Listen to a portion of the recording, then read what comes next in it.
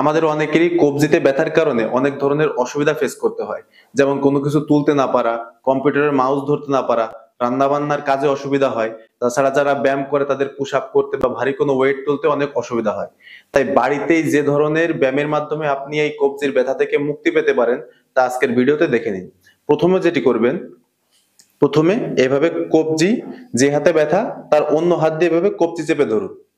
তারপরে এভাবে সামনের দিকে 10 বার, এবং সামনে হয়ে গেলে তারপরে এভাবে পিছনের দিকে 10 বার, এভাবে 3 থেকে 4 বার করুন।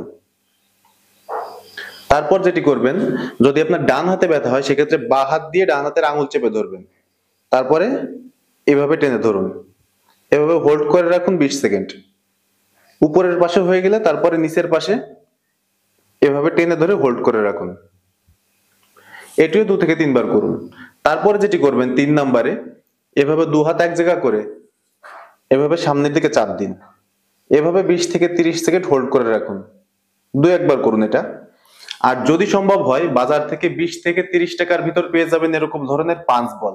এই পাঞ্চ বল গুলো এনে বাড়িতে যদি আপনি পাঞ্চ করেন প্রতিদিন 30 থেকে 40 বার, আস্তে আস্তে আপনার হাতে শক্তি ফিরে আসবে এবং কবজির ব্যথাও আস্তে আস্তে কমতে শুরু করবে। ভিডিওটি ভালো লাগলে অবশ্যই সাবস্ক্রাইব করে সাথে থাকবেন।